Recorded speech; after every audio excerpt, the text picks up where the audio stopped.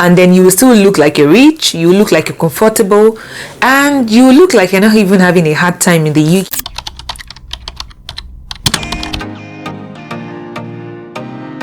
Hello guys, welcome back to my channel. My name is Opayemi Goddess and you're very much welcome.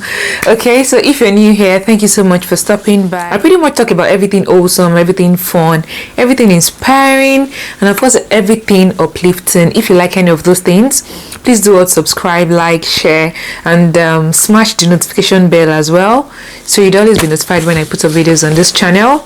And yeah, thank you so much. So today I'll be talking about how to live cheaply in the UK, especially as an immigrant, despite the rising cost of living. So yeah, let me go into details. So in recent times, I've been seeing videos on Instagram, to be precise, where people go online and then start saying, oh, it is very hard in the UK, things are very tough in the UK, surviving in the UK is very hard. And I see all those videos every day. And it just occurred to me that maybe the reason why people are going through a lot is because they're really not planning well. Planning their expenses, or for whatever reasons. I just feel like maybe people are not well informed, or they're not even planning properly. So that's why I'm making this video, to more like share my own experience on how you can live cheaply in the UK despite the high cost of living, and despite all the harsh realities we have around us. I also need to mention that this rising cost of living is not only happening in the UK, it is a global phenomenon. And I think the earlier we realize that this is global, the better it is for us to adjust, to adapt, and to find ways to survive. In fact, I was reading an article recently that said that prices have gone up globally by 8% on the average in 2022. And then let's not forget that most countries, whether developed or developing, they had not even recovered from COVID-19 when the war in Ukraine hit all of them. Developed and developing countries alike were struck and hit by both COVID-19 and of course the war in Ukraine. So let's not forget that it is, I just want to emphasize that it is global. So it is not just UK. People in other countries, Western countries, everyone is experiencing the heat. So yeah, we should just find ways to adjust and adapt. So those are the ways I'll be sharing today. So let's get started, okay? I've actually written down some of the points. So if I look down at some points, please pardon me. I'm actually just looking into my notes. So the first thing I want to talk about is living in a very cheap city, and I think you'll be doing yourself a disservice, if I want to be honest, with this rising cost of living. Energy bills are going extremely high. I want to also believe that by now you all have been getting letters, especially if you live in the UK. You've probably been getting letters, notifications, emails, text messages telling you of the increment that would happen in the coming tax year. You guys know that every tax year in the UK is between April 6 and April 5 of the following year.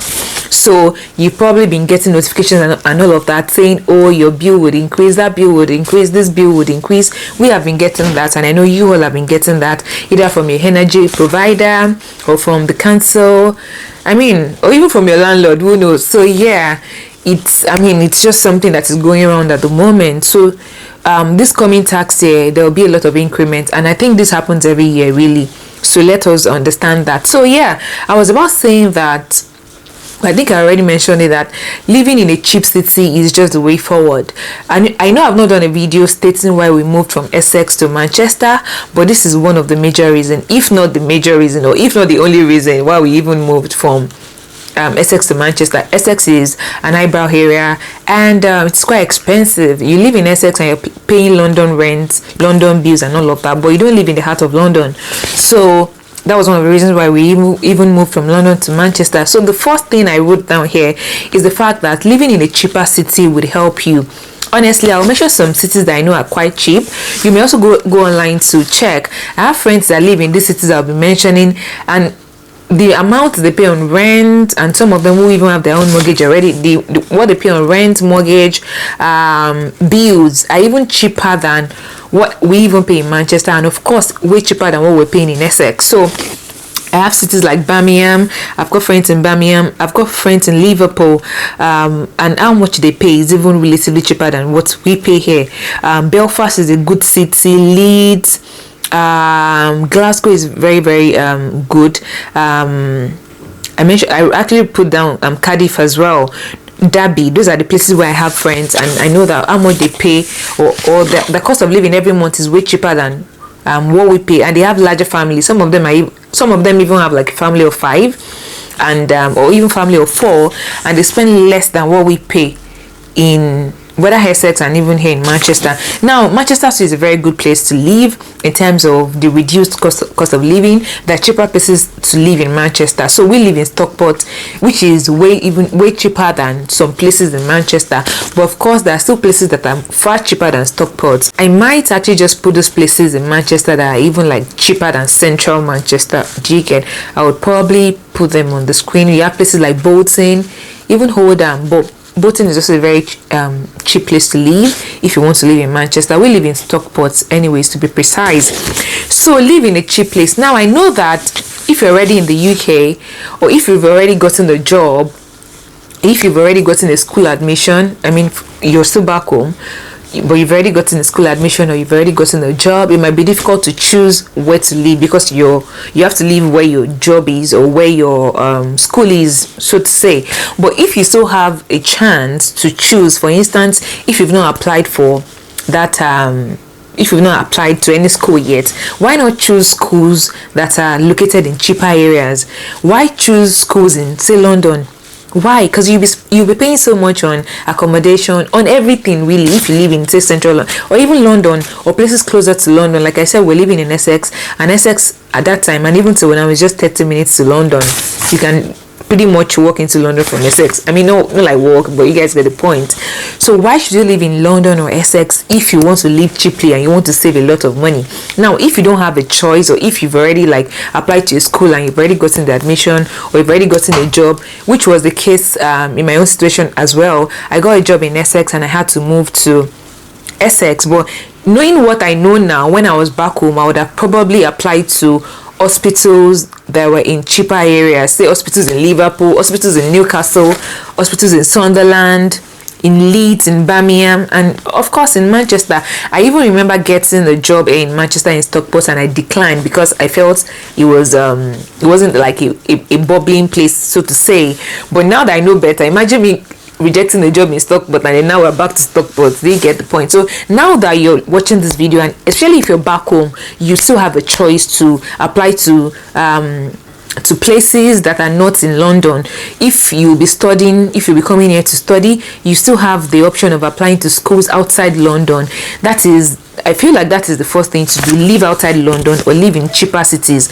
I, for one, as much as I want to live outside London or in a cheaper area, I also do not want a dull area. So I feel that was one of even the reasons why we chose Manchester, because we don't want to, as much as we want to, we don't want the expenses related to London. We still do not want to like live in a very dry or dull place. So all the cities I mentioned earlier, even though they are cheaper, they are very lively, they are bubbling cities, so that you won't have a dull moment in those cities. If I find other cities based on research, I will still put them on the screen, but the other cities I mentioned earlier are very, very perfect. Okay, sorry, I'm looking down. I'm actually looking at my notes. So the next thing I actually put down on my notes is the fact that you should only rent the number of rooms you need.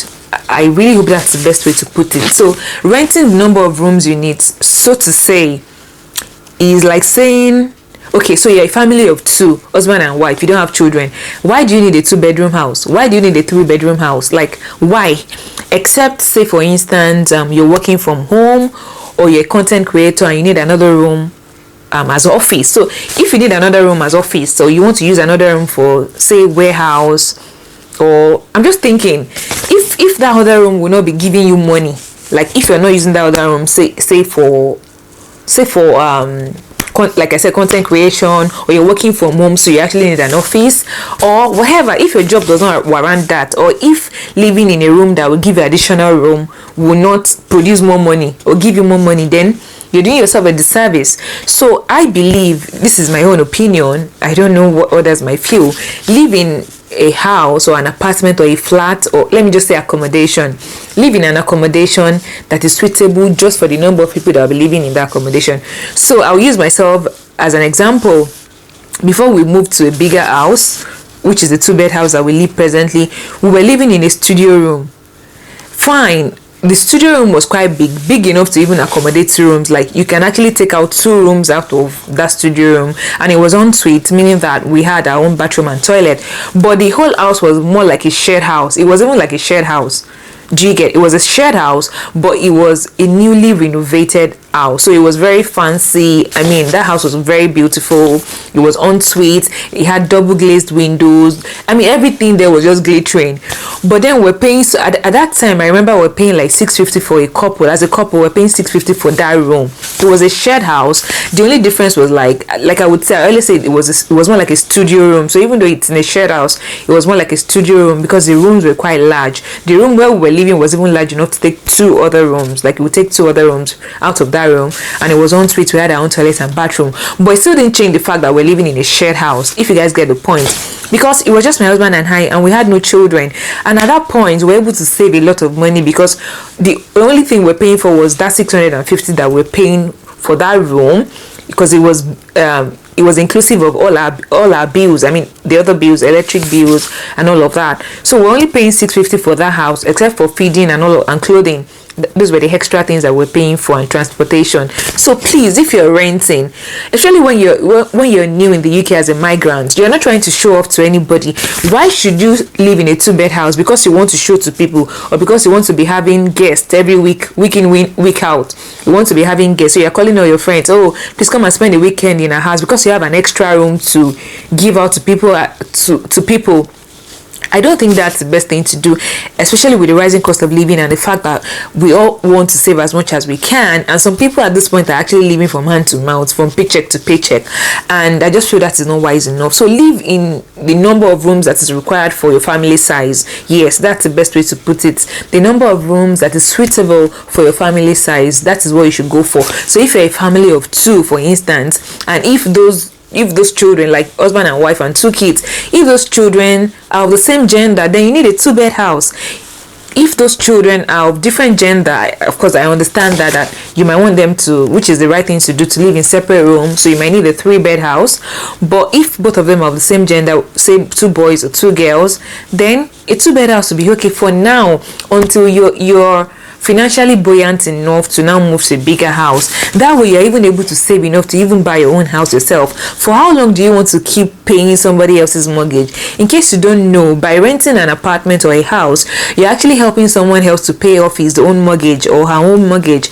So why not live in a smaller house and then save as much as you can, so that you can now buy a bigger house for yourself and for your family. So that is the second point. The other thing I will talk about is feeding, because I know that feeding takes a lot of money. I made a video already. I don't know if the video will be out by the time you'll be watching this video, but I made a video already about the cost of living for us as a family of 3, and feeding. You know, in that video you would actually realize that feeding takes a chunk of our income. And I think in that video I mentioned that we spend about £500 for feeding, and that's because I don't want to go into that because I already mentioned it in that video, but that's because we eat a lot of Nigerian food in this house. We are very, very much Nigerian. But even regardless of that, even if you're very much Nigerian as we are, and your taste bud already stuck to Nigerian food, it's okay.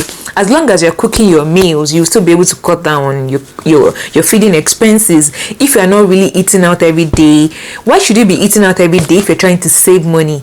Guys, people are buying houses in this UK. People are living large in this UK, but they didn't just wake up one day and then they started living large. They started living large after several years of being prudent, being frugal, and then saving, and not living for the Joneses, and not trying to impress people. So if in fact, not even if, this is what you should be doing. Make sure you're cooking your meals yourself. If you're cooking at home, you'll be able to save more money rather than eating out every time. Of course, you can compensate yourself once in a while by eating out, say once a week. I even remember while I was growing up as a child, when I was growing up in my family, Sundays, every Sunday, like, we'd always eat out. My dad would make sure that as we're coming from church, he would always take us out to eat. So Sunday was not a cooking day per se for my mom. like Sundays was, I mean, back then while we're growing up, we already knew that after church we'll go out to eat, and then we'll buy more that we eat at home as dinner. So you can choose maybe Sundays, you can even choose a Saturday. That will be the day that you eat out, that you don't cook, which is understandable. I mean, you were not born to cook from morning till night. There are other things to life than cooking, so it's understandable. And then you can also cook in bulk. This is what I do a lot of times. I cook in bulk, and we also buy in bulk. So if you're buying in bulk, you'll be able to save a lot of money. And if you're cooking in bulk, it will also save you that stress, because I know a lot of times the reason why we even eat out is because we are too stressed to cook. And I understand cooking is very stressful, but if you cook in bulk, so you pick a particular day in the week that you actually cook for the rest of the week. So you cook a lot of rice, a lot of stew, a lot of soup. You just cook everything and then store in the freezer or the fridge. So all you do for the rest of that week is just to bring food out of the fridge or freezer, and then you just warm it in the microwave and eat. So it's not like you're cooking every day. You feel stressed and worn out that way, or burn out. So I think that will do as per feeding. That will help to cut some cost off your feeding fees or feeding bills if you're able to cook. Here, I would also like to mention, this is because of my own personal experience. Like I mentioned, that video I made, maybe I will actually put it up somewhere here so that you are automatically redirected to watch that video, or maybe you pause this video and go back to that video, and that's a video I made about our cost of living.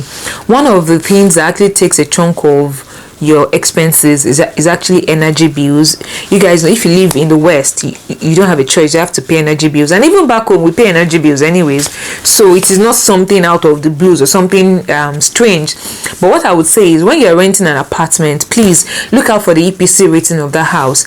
If the EPC is below C, because so it's A to F, I think. I'll double check. I think A to F or A to, yeah.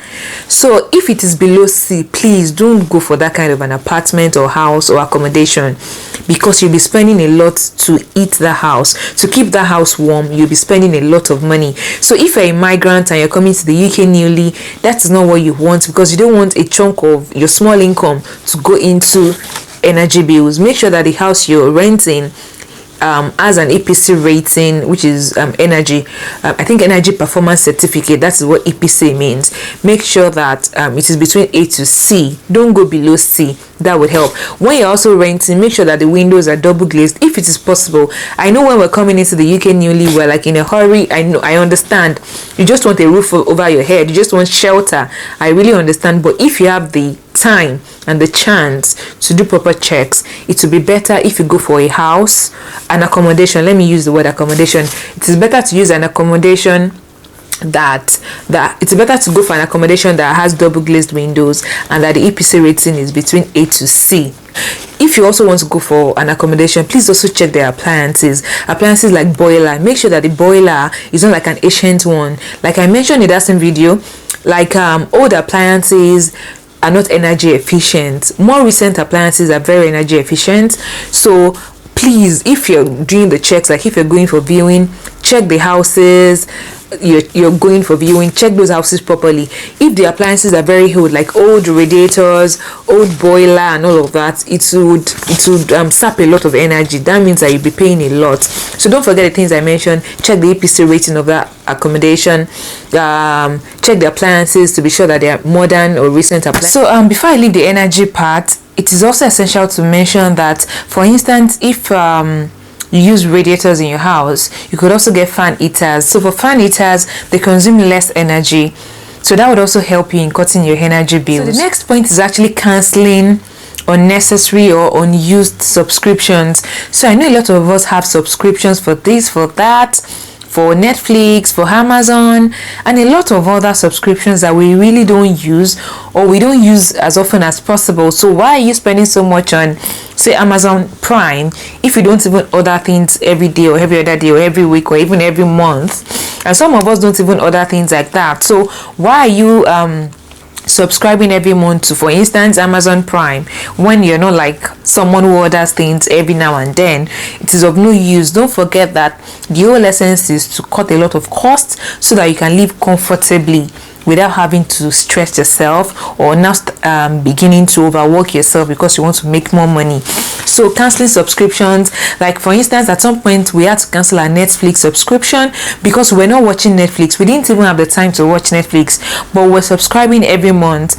And then we also realized that our TV package already comes with Netflix subscription. So we had forgotten that besides the TV package that came with Netflix, we're also still paying for Netflix separately. So please look into all those subscriptions that are not required. If you don't need to pay for iCloud storage, for instance, for your iPhone, why are you paying for iCloud storage? Little things like that would sap your money, but you wouldn't know because they look so minute. They look so little, but then you're paying a certain amount every month to things that you don't really need. For instance, if you're not watching TV, then why are you paying for TV license? If you don't even, I know people who don't even watch the TV, like they don't even have the time to watch TV. The only thing they do is maybe on their phone, they probably watch YouTube once in a while. So why are you paying for TV license, for maybe TV package? Why are you paying for your TV package if you're not even using the TV, if you don't even have the time to watch the TV in the first instance?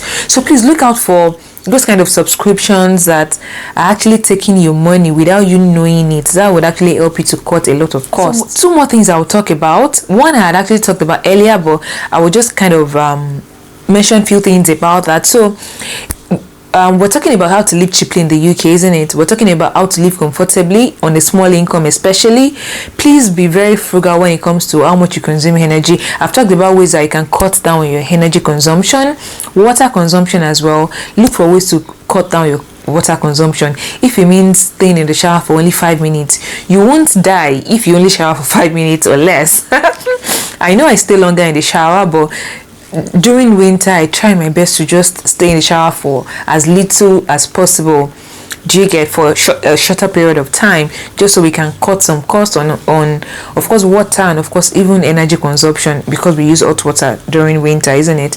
So please look for ways, by all means, just look for ways that you can cut on all those bills, especially your energy bills and your water bill as well. Water consumption, try as much as possible to cut those kind of costs.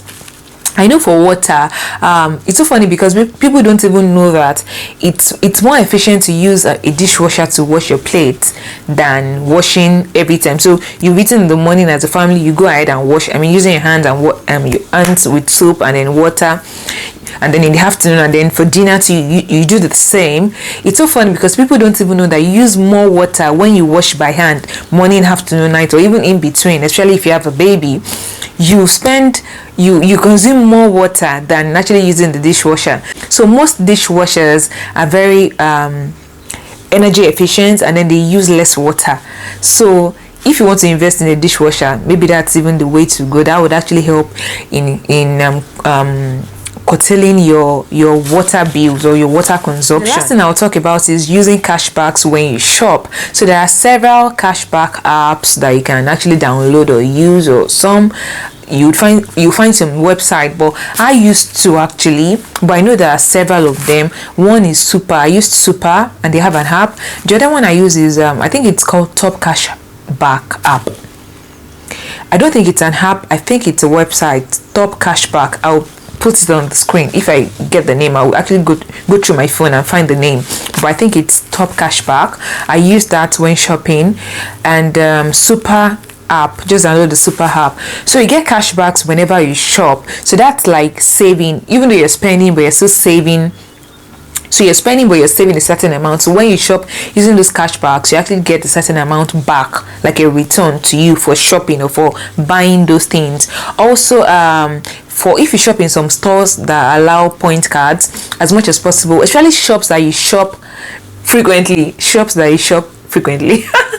especially shops where you go to frequently to shop, you get their point cards. For instance, I shop a lot from Superdrug, so I have the point card. You know all those shops where you shop regularly, make sure you have the point card. So when you have the point card, you use it every time you shop, and then you get points on those cards, which will be converted to pounds, meaning it's to be converted to money. So along the line, you can tell when you go to shop, you can tell them to remove from what you have on your point card. I really hope that makes sense, but I'm sure it does. So if you go to a particular shop regularly, ask them for their point card. For instance, I buy my perfumes from perfume shop, so I have their point card. Shops where I go to regularly, where I know that, for instance, I would always buy perfumes, isn't it? Like, so I use their point card whenever I go to the perfume shop or the fragrance shop. I use both of them. Superdrug, that's where I buy my skincare products from. So places where you know that you go regularly, please, as much as possible, get their point cards, or point card, just so you get loyalty points whenever you shop from those places.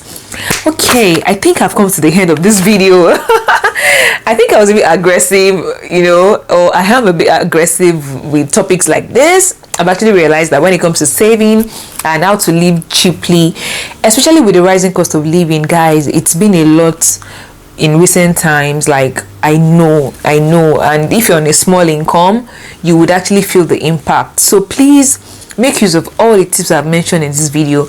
And if you're watching and you've been able to manage this phase successfully, leave tips for people in the comment section, because I know people will go to the comment section to read. So if you have other things to mention, please mention them in the comment section. Let us learn from each other. I would also like to cut my own bills too. If there are other ways I can cut my bills, please let me know. And if there are other ways I can save on certain things, or others too, if there are other ways that people can save on certain things, please leave them in the comment section. Let us all learn together. And yeah, that's it. Thank you so much, guys, for watching. Like I said, I'll leave the link to the other video I made about the cost of living of a Nigerian family of 3 living in Manchester. Please endeavor to watch that video if you haven't. And yeah, thank you so much for watching. Like, share this video, please. Subscribe to my channel if you're yet subscribed. And yeah, smash the notification bell so you'd always get notified when I put up videos on this channel. So thank you, guys, and I'll see you in my next video. Bye.